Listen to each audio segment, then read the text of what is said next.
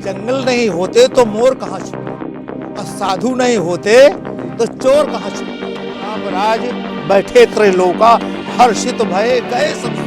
तो सनातन धर्म के राजा ही कहलाते हैं। एको ब्रह्म द्वितीयो नास्ति। भगवान राम पालने में लेटे हुए थे, एक शंकर जी की जटाओं में विलीन हो गए। सर्वभूतेषु शक्ति रूपेण संस्थिता। प्रथमं शैलपुत्रीं तं द्वितीयं ब्रह्मचारिणी तृतीयं चंद्रघंटेति कुष्मांडेति चतुर्थं पंचमं स्कंदमातेति षष्ठं कात्यायनीति सप्तमं कालरात्रिता महागौरी चाष्टमी नवमं सिद्धिदात्री चा नौ दुर्गा। ये 9 रूप आ गए मैया।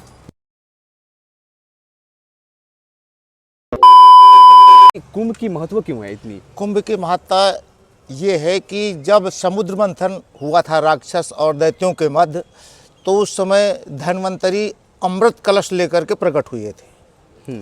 और अमृत कलश जैसे ही प्रकट हुआ तैसे दैत्यों और दानवों में छीना झपटी मच गई। दैत्यों ने सोचा कि हम अमृत पी करके अमर हो जाएं, और देवताओं ने सोचा कि हम अमृत पी करके अमर हो जाएं। तो दोनों की झीका झपटी में जो धन्वंतरी थे वो अमृत कलश लेकर के भागे। और जैसे ही भागे तो वो भागने में जो 4 जगह अमृत कलश का जो अमृत छलका, वही जहाँ जहाँ एक अमृत छलका है वहीं वहीं ये जो कुंभ है इसको अमृत स्नान भी बोलते हैं, अमृत कुंभ भी कह सकते हैं, इसमें तो कोई दो राय नहीं है। तो वहीं ये संत समागम और स्नान करने का जो पुण्य है वो पुण्य मिलता है। और यहाँ 33 करोड़ देवता उस जगह जाकर के स्नान करते हैं जी, उस पुण्य का लाभ लेते हैं वो। पिछले 20 साल से आप कुंभ हाँ, स्नान हाँ, कर रहे हैं। हाँ। तो आप इसको किस तरीके से देखते हैं? कुंभ स्नान करने का जैसे मानव जीवन में पवित्रीकरण का एक महत्व है। इस कलयुग में इतने पापाचार बढ़ गए हैं कि मनुष्य एक ऐसा सुअवसर प्राप्त होता है कि वहाँ जा कर के स्नान करके अपने सारे पापों को धो लेता है, और उसको एक नई ऊर्जा प्रदान होती है। जी, हालांकि आर्यन तिवारी जो कि हाल ही में महाकुंभ होकर आए हैं, तो अब इनसे जानते हैं कि आपने मतलब वहाँ पर क्या किस तरीके की चीज़ें देखी, आपने किसी चीज़ को एक्सपीरियंस किया? वहाँ जो एक मूल रूप से भारतीय सनातन हमारा जो सनातन धर्म है, उस सनातन धर्म की जो सुंदर प्रकृति है, सुंदर दृश्य है वहाँ का, धार्मिक और जो सौहार्द का दृश्य है, वो यूँ समझिए कि एक तरह से वो देवतुल्य स्थान है। और वहाँ आप जैसे ये संसार है, संसार में अच्छे लोग भी हैं, बुरे लोग, लेकिन वहाँ आपको केवल अच्छाई मिलेगी। वहाँ सारे देवताओं के आपको दर्शन, जैसे गंगा मैया का प्रत्यक्ष दर्शन हो जाता है।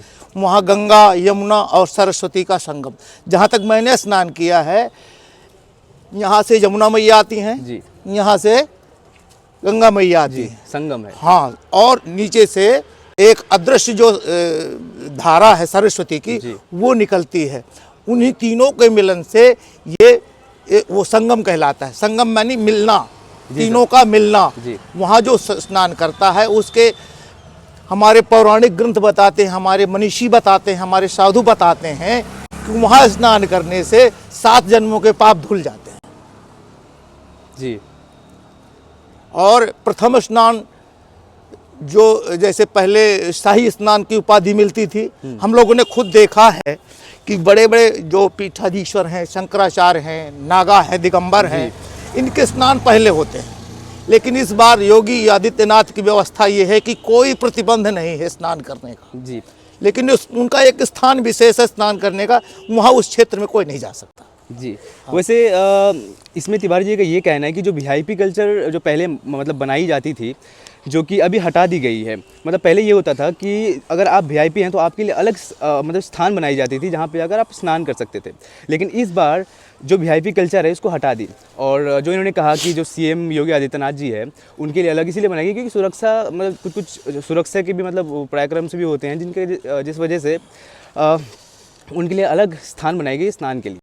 इस भारतवर्ष को आर्यावर्त कहा गया है जी। इस आर्यावर्त में 4 पीठें हैं जिनके 4 शंकराचार्य हैं। जैसे हमारे वेदों में 4 वेद हैं, इन्हीं के आधार पर चारों दिशाएं होती हैं। चारों दिशाओं के दिशा रक्षक हैं चारों शंकराचार्य। ये किसी मतलब किसी स्टेट के राजा नहीं है, कुछ नहीं, लेकिन ये हिंदू सनातन धर्म के राजा ही कहलाते हैं।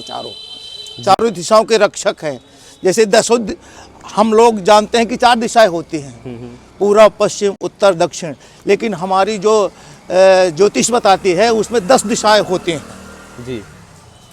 10 दिशाएं होती हैं, लेकिन इन हमारे इस आर्यावर्त के 4 रक्षक माने गए। सनातन धर्म के 4 रक्षक समझिए इनको जी। जैसे जब भगवान राम लंका से रावण को जीत के आए तो वहाँ एक मानस में चौपाई आती है, राम राज बैठे त्रैलोका, हर्षित भये गए सब शोका।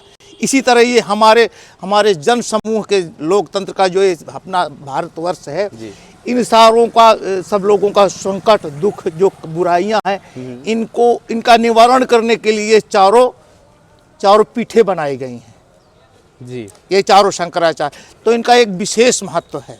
राजा होते हैं ना, तब देखा होगा जो राजा लोग थे तो उनको 4 उनके जो नौकर चाकर हैं उन छत्र, इसी तरह से एक राजा है, चारों दिशाओं के चारों राजा हैं ये जी। मतलब जो मेरा आपसे अगला सवाल होगा वो ये होगा कि क्योंकि जो आर्यन तिवारी जी हैं ये वेदों का और शास्त्रों का अच्छा खासा ज्ञान रखते हैं, तो मैं इनसे अब ये पूछना चाहता हूँ कि आप किस भगवान को सबसे ज़्यादा पूज्य मानते हैं? देखिए 33 करोड़ देवता नहीं है, 33 कोटि देवता हैं जी। देखिए हमारे जो पुराणों में वेदों में लिखा गया है, एको ब्रह्म द्वितीयो नास्ति, ब्रह्म केवल एक है जी। ब्रह्म केवल एक है। और लेकिन उन्होंने क्या कहा है, एक ब्रह्म है दूसरा जीव है। ब्रह्म तो एक है जी, परमात्मा एक है, लेकिन उनके प्रकार 33 है। प्रकार 33 है जी। हाँ, और आपकी आस्था शिव में है, हमारी आस्था माँ दुर्गा में है, किसी की आस्था श्री राम जी में है, किसी की आस्था श्री कृष्ण जी में है। तो उनके प्रकार हैं, नहीं ब्रह्म तो एक है, एक ब्रह्म है दूसरा जीव है जी। अब देखते हैं कि जब मनुष्य शरीर त्यागता है तो वो जीवात्मा कभी मरती नहीं है, वो जीवात्मा सीधे ब्रह्म में विलीन हो जाती है। ब्रह्म जीव बिच माया जैसे ये जो मानव शरीर मिला है ये परमात्मा ने उस जीव को छोड़ा है हमारे ऊपर जो बोलता है, ये नहीं है वही ब्रह्म। ब्रह्म एक है, एको ब्रह्म द्वितीयो नास्ति। जब कौशल्या माँ उनके जो कुल देवता हैं, जो सूर्य देवता है कुल देवता है, उनको भोग लगा रही थी। भगवान राम पालने में लेटे हुए थे। अब जो उन्होंने भोग लगाया तो वहाँ देखा कि वो खाना भोग में प्रसाद पा रहे हैं। तब उनको विस्मय हुआ कि अरे वो तो मैं पालने में लिटाई आई थी, ये कहाँ आ गए। जब यहाँ देखा और वहाँ देखा दोनों जगह बालक, तो उनको विस्मय हुआ। तब भगवान से प्रार्थना की, हे भगवान मुझे इस माया से मुक्त करो। तब उन्होंने वो रहस्य बताया कि जो आप समझ रहे मैं एक हूँ, वहाँ भी मैं हूँ और यहाँ भी मैं हूँ जी। तो ब्रह्म केवल एक है। आपकी आस्था शिव में है, शिव की उपासना करिए, आपको वही उसी ब्रह्म की प्राप्ति होगी जी। दुर्गा मैया, दुर्गा शक्ति हैं, बिना शक्ति के कुछ नहीं है। क्योंकि दुर्गा को कहा गया है दुर्गा सप्तशती में, या देवी सर्वभूतेषु शक्ति रूपेण संस्थिता नमस्तस्यै नमस्तस्यै नमस्तस्यै नमो नमः। दुर्गा को शक्ति को कई रूपों में देखा जा सकता है जी। मातृ रूप में देख लीजिए, या देवी सर्वभूतेषु मातृ रूपेण संस्थिता नमस्तस्यै नमस्तस्यै नमस्तस्यै नमो नमः। शांति के रूप में देख लीजिए, विद्या के रूप में देख लीजिए, लक्ष्मी के रूप में देख लीजिए, दुर्गा के रूप में। दुर्गा के 9 रूप माने गए हैं। प्रथमं शैलपुत्रीं तं द्वितीयं ब्रह्मचारिणी तृतीयं चंद्रघंटेति कूष्मांडेति चतुर्थम पंचमं स्कंदमातेति षष्ठम कात्यायनीति या सप्तमं कालरात्रिता महागौरीति चाष्टवम नवमं सिद्धिदात्री चा 9 दुर्गा। ये 9 रूप आ गए मैया जी। शक्ति के 9 रूप हैं ये। लेकिन जो ब्रह्म है इनको संचालित करने वाला है वो एक है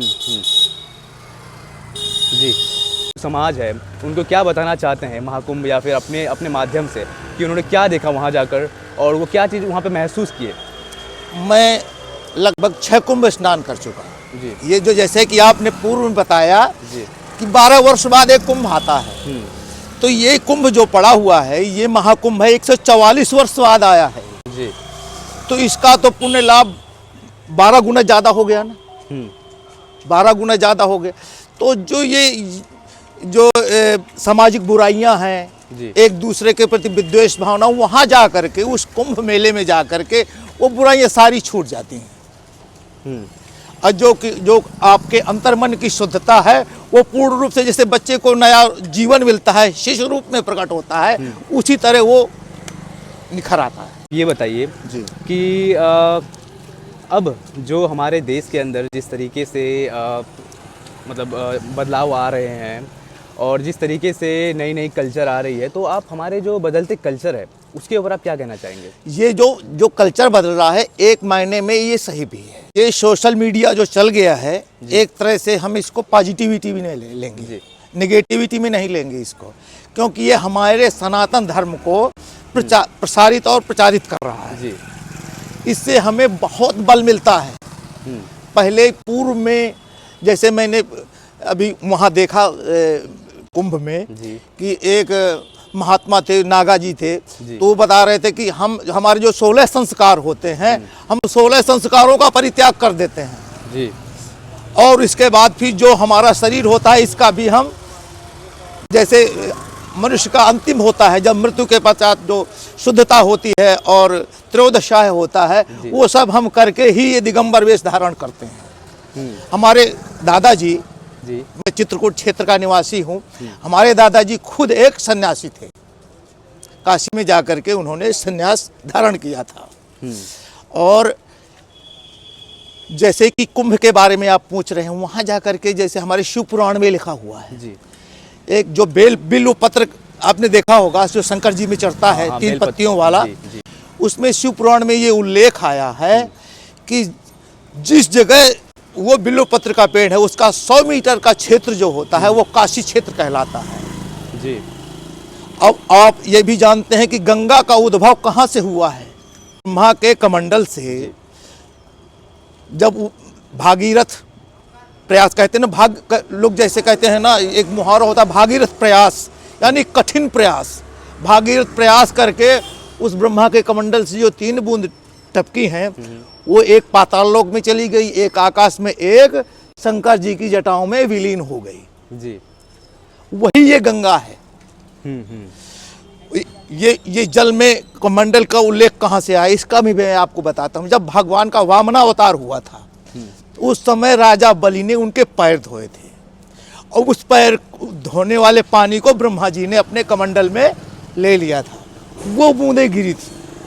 जैसे सामान्य भाषा में हम लोग, जैसे गंगा का उद्गम स्थल गंगोत्री है, यमुना का उद्गम स्थल यमुनोत्री है, इस तरह से, लेकिन जो मूल रूप है वो वहाँ से है जी। और उस एक बूंद से भागीरथ ने अपने 60,000 पुरखों का उद्धार किया था। वो गंगा पतित पावनी गंगा है।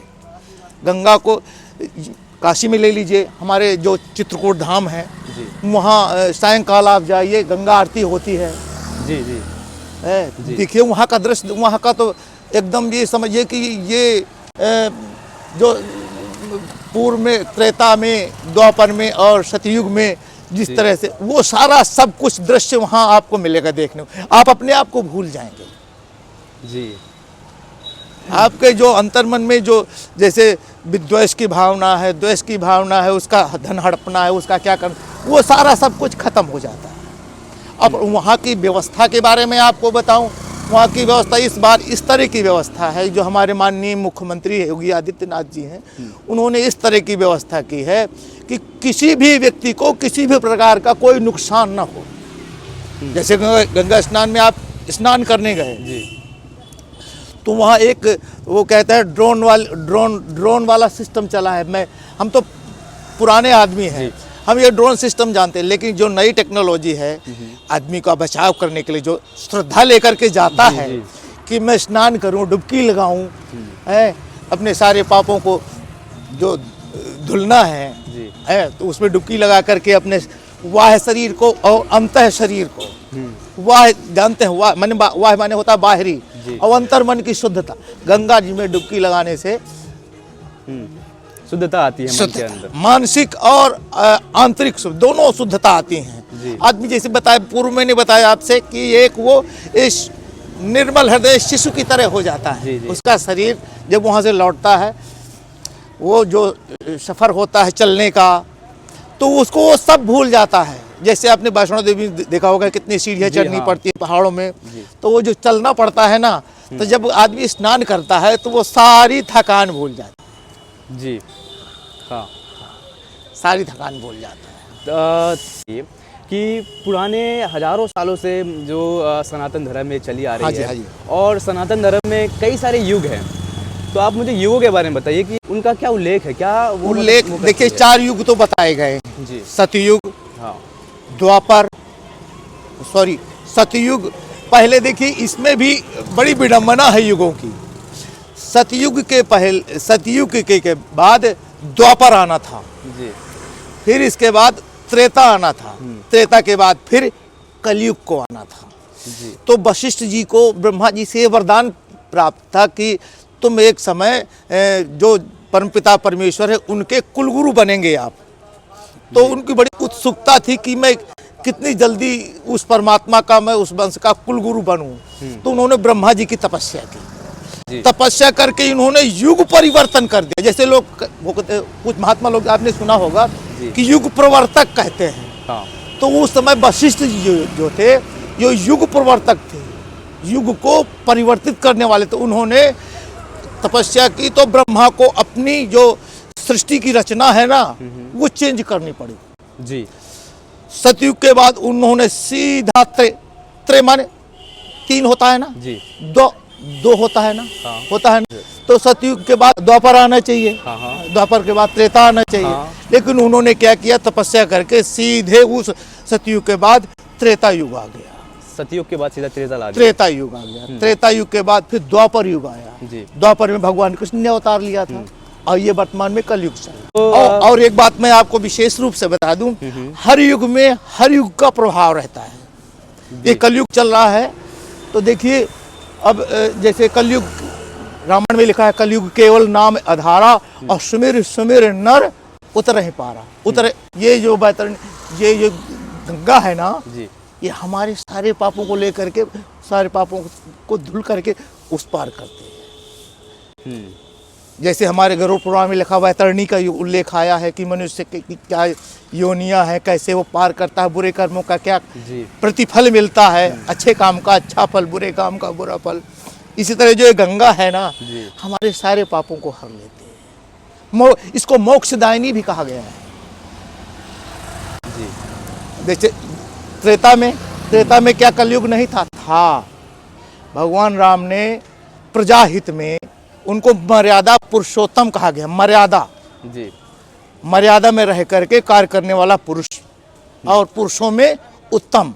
जी लोगों के कहने पर, जैसे एक धोबी था, धोबी के देखिए, चूंकि वो चक्रवर्ती राजा थे, जी उनको पूर्ण अधिकार था, लेकिन सामाजिक प्रतिष्ठा और मर्यादा रखने के लिए उन्होंने अपनी गर्भवती पत्नी को जंगल भेज दिया, जहां लवकुश हुए थे। जी तो वहां भी कलयुग था। रावण ने एक स्त्री का हरण किया, वहां भी कलयुग था। हाँ।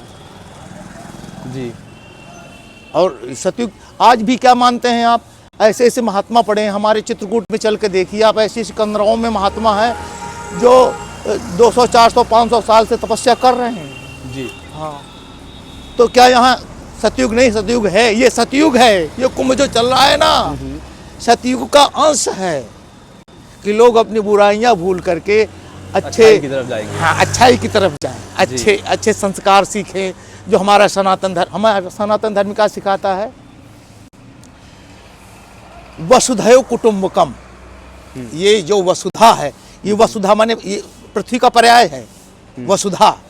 वसुधैव कुटुंब, पृथ्वी पर निवास करने वाले एक ही परिवार के लोग। वसुधैव कुटुंबकम, पृथ्वी पर निवास करने वाले सभी एक परिवार से।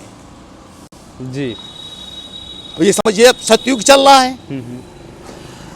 जो जैसे हनुमान जी लंका की जब तरफ गए हैं सीता की खोज करने के लिए, तो तय मैनाक हो श्रमहारी, उस समय समुद्र से मैनाक पर्वत निकला है। और ये सारी सृष्टि के 33 करोड़ जो देवता जितने भी हैं, जलचर थलचर नभचर, ये सब स्नान करने जाते हैं उस कुंभ में कि जो अपने सारे पाप हैं वो धुल सकते, देवता भी जी।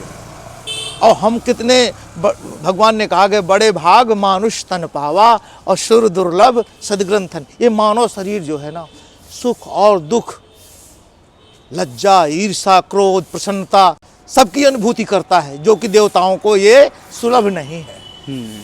बड़े भाग्य से ये मानव शरीर मिलता है जी। और आप जैसे विद्वान लोग, ये सनातन धर्म का प्रचार ही तो है। सारे लोग देखेंगे, देखिए हमारे, मैं पिछली बार अभी सुन रहा था मोबाइल में कि वो कोई शंकराचार्य जी हैं, वो कह रहे थे कि योगी जी ने कहा 40 करोड़ स्नान। 40 करोड़ नहीं, ये सृष्टि के लोग हैं। जैसे कोई मानसिक स्नान करता है, कोई शारीरिक स्नान करता है। मनसा वाचा कर्मणा, ये 3 प्रकार से भगवान की पूजा होती है। मन से, वाचा से जी, और कर्मणा से, जो तीनों ही एक समान है।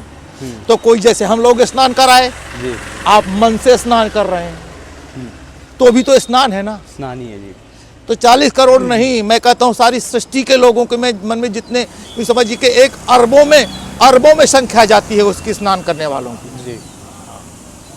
जैसे ऐसे ऐसे महात्मा है कि उन्होंने स्नान नहीं किया है, आप देख रहे हैं कि स्नान नहीं किया, लेकिन वो रोज स्नान करते हैं मन से जी। और भगवान ने मन की पूजा को बहुत ज़्यादा महत्व दिया है। आत्मा की पूजा को, फिजिकल में ये आपका शरीर है, ये पूजा उतनी प्रधानता नहीं रखती जितनी आपके मन की पूजा प्रधानता रखती है। मन से करिए, आप कुछ भी कहिए, मुंह से कुछ भी बोल जाते हैं जैसे जी। तो उसमें ये नहीं है कि आप, लेकिन आपकी आत्मा तो शुद्ध है ना, और आत्मा में ही परमात्मा का वास है। जी, कि आपने मतलब इन सारी चीज़ों को बताया, जी, जी, है ना, जी, जी। सनातन धर्म के बारे में, आस्था के बारे में, सभ्यता के बारे में। तो आप मुझे ये बताइए कि आप महाकुंभ होकर आए, आपने बहुत कुछ वहाँ पर देखा, तो आप मुझे ये बताइए कि आजकल जो इतने सारे अलग अलग तरीके के जो बाबा आए हुए हैं, इनके ऊपर आप क्या कहना चाहेंगे? देखिए, हमारे पूर्वजों ने कहा है कि संत वेश एक ऐसा वेश है कि इसमें हर बुराइयां छिप जाती हैं। जी। हमारे पूर्वज कहते थे जंगल नहीं होते तो मोर कहाँ छुपते, और साधु नहीं होते तो चोर कहाँ छुपते। एक ये चोला ऐसा है ना, इस सारी बुराइयों को छुपा लेता है। ये साधु वेश में कितने लोग बच जाते हैं। जैसे कोई वेश नहीं मिलता तो साधु वेश, दाढ़ी रखा लिया या लोकल दाढ़ी लगा लिया, लोकल बाल लगा लिया, साधु हो गए, तो लोग उनको साधु दृष्टि से देखेंगे ना जी। लेकिन जो सनातन धर्म को मानने वाले हैं, हमारी नवधा भक्ति में कहा गया है कि एक प्रसंग आता है कि एक चोर चोरी करने गए साधु वेश में जी। और सारा सब कुछ ले गए। तो एक कन्या उन पर बोली, महात्मा जी मैं भी महात्मा बनूंगी। तो वो चली गई, तो उसके पास जो कुछ था वो सब छीन करके उसको पेड़ में बांध दिया। पेड़ में बांध दिया तो अब उसने कहा कि वो दोहा उनको याद था, गुरु गोविंद दो खड़े काके लागू पाए और बलिहारे गुरु आपने गोविंद दियो। एक गुरु ही ऐसा होता है, एक संत ही ऐसा होता है जो परमात्मा से मिलने का रास्ता बताता है। तो उसने जिद किया, लास्ट में उनको गुरु को आना पड़ा जी। और उस गुरु की वजह से परमात्मा को भी आना पड़ा। तो जो गुरु साधु नामक जो चोर थे उनका भी उद्धार हो गया और उस कन्या का भी उद्धार। ये साधु वेश ऐसा है, इसको देख करके हर व्यक्ति, हर सनातनी आदमी नमन करता है। वो तो आपने सही बात की कि मतलब साधु जो होती है वो अपने भेष के बलबूते पर अलग अलग तरीके के कार्य करते हैं, चाहे वो सही हो गलत हो। तो आप मुझे ये बताइए कि जो अभी प्रचलन चला है ना, लोगों के साधु में बदलने की, जैसे कि आपने हाल फिलहाल में सुना होगा कुछ तरीके के बाबा आए हुए हैं, कोई कांटा वाले बाबा हैं, कोई IIT वाले बाबा हैं। तो ये क्या होते हैं, ये पहले कुछ होते हैं और उसके बाद फिर बदल जाते हैं कुछ और चीज़ देखिए, में। तो क्या आप उनके पुरानी और अभी की उसके ऊपर किस तरीके से देखते हैं? देखिए, मैंने आपको क्या बताया, ये वेश धारण करने पर मनुष्य की मनोवृत्ति बदल जाती है। जी। मनुष्य की मनोवृत्ति, अब कितने एजुकेशनल हैं, ऐसे ऐसे अमीर लोग आए हैं, व्यापारी लोग कि यहाँ वृंदावन आए और वहाँ का भक्ति भाव देख करके वहीं बस गए। जी। सारा सब कुछ उन्होंने छोड़ दिया। ये परमात्मा का नशा ऐसा होता है, इसकी भक्ति लग गई तो ना वो ITI होता है, ITN होता है, ना ही कोई उद्योगपति होता है, जी। और ना ही कोई विश्व सुंदरी होता है, ना कोई अभिनेता होता है।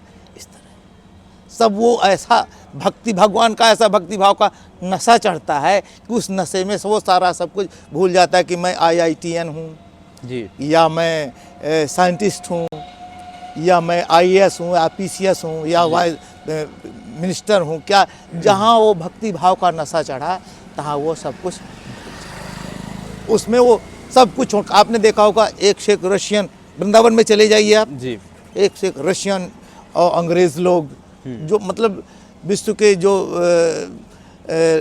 जाने माने देश, अमेरिका है, जैसे रूस हो गया, इंग्लैंड हो गया, इस तरह के लोग जाते हैं और वहाँ दर्शन करने जाते हैं और भक्ति भाव का ऐसा नशा चढ़ता है कि वो सारी संपत्ति, सारा परिवार अपना भूल करके वो राधे राधे राधे राधे। जी। तो इसको हम अब ख़त्म करते हैं जी बिल्कुल। यहीं पे। जी बिल्कुल। और ख़त्म करते हुए मैं चाहता हूँ RN तिवारी जी को वो कुछ हमारे दर्शकों को बताए, आप आखिर में क्या संदेश देना चाहते हैं हमारे देश को? मैं तो ये कहता हूँ कि सभी हमारे सनातन भाई, यहाँ कोई जाति पाति का कोई भेदभाव नहीं, सभी सनातन भाई अपने धर्म का प्रचार प्रसार करें और सबके साथ सद्भाव बना करके रखें। कोई अगर गिरता है उसको उठाएं। हमारे एक श्लोक है, परोपकाराय परपीडनाय, रामायण में लिखा है, परिहित सरिस धर्म नहीं भाई और परपीड़ा सम नहीं अधमाई। परहित जो परोपकार है, ये सबसे बड़ा धर्म है, भगवान कहते हैं। और एक बात और बता दूं आपको, जाते जाते एक बात और बताना चाहता हूं कि कोई भी पूजा मत करिए आप अपने माता पिता, जिसके माता पिता हैं वो संसार के सबसे बड़े देवता है। भगवान विष्णु ने विष्णु पुराण में लिखा है कि माता पिता के चरणों में ही मेरा वास रहता है। जी। जैसे आजकल की नई पीढ़ी है, हम लोग तो खैर मैच्योर हो गए हैं, जानते हैं उस चीज़ को। जो नई पीढ़ी है, जैसे वो पूजा करना भी ना चाहे, अगर माता पिता की पूजा करता है, वो सेवा करता है, तो वही फल मिलेगा जो परमात्मा की पूजा में मिलता है। ये बात तो है। देखा जाए तो कहा जाता है कि सिर्फ सनातन धर्म नहीं, हर एक धर्म में ये कहा जाता है कि जो आपके माता पिता हैं उनके चरणों में ही आपका स्वर्ग, आपकी जन्नत, आपकी हर एक चीज़ है। तो अगर आप माता पिता की अगर आप सेवा कर रहे हैं तो उसमें आपको हर पूरा देखिए, ये सनातन धर्म नहीं, ये दूसरे धर्म के लोग कहते हैं ना, मुस्लिम समाज में भी कहते हैं कि माँ के कदमों में जन्नत होती है, माता पिता के कदमों में जन्नत होती है ना जी। तो इसी तरह ये हमारा जो है सनातन, ये धर्म नहीं है, ये तो एक यूँ कहिए कि आप एक देवलोक वाला स्थान कहिए। सनातन जो है सबको समेटने वाला ये धर्म है। ये धर्म न कहिए, मैं कहता हूँ हिंदू धर्म है, सनातन तो है ही नहीं है। सनातन मतलब बोले ब्रह्म का ज्ञान। जी। ब्रह्म का ज्ञान हो गया आपको तो माता पिता की सेवा करेंगे आप, अच्छे कर्मों। देखिए अच्छे अच्छे लोग हैं, साइंटिस्ट हैं, तो सब लोग इस धर्म को हमें ये मैं बड़े दुख के साथ कहना चाहता हूँ कि बाहरी देशों के लोग हमारे सनातन धर्म को एक्सेप्ट कर रहे हैं, शोध कर रहे हैं, हम लोग पीछे भग रहे हैं। जी। ये बड़े दुख का विषय है। हमारे सनातन धर्म को दूसरे देशों के लोग एक्सेप्ट कर रहे हैं, शोध कर रहे हैं, जैसे गीता है, रामायण है, पुराण है, ये सब। ठीक है तिवारी जी, तो यहीं पे इसको समाप्त करते हैं आज।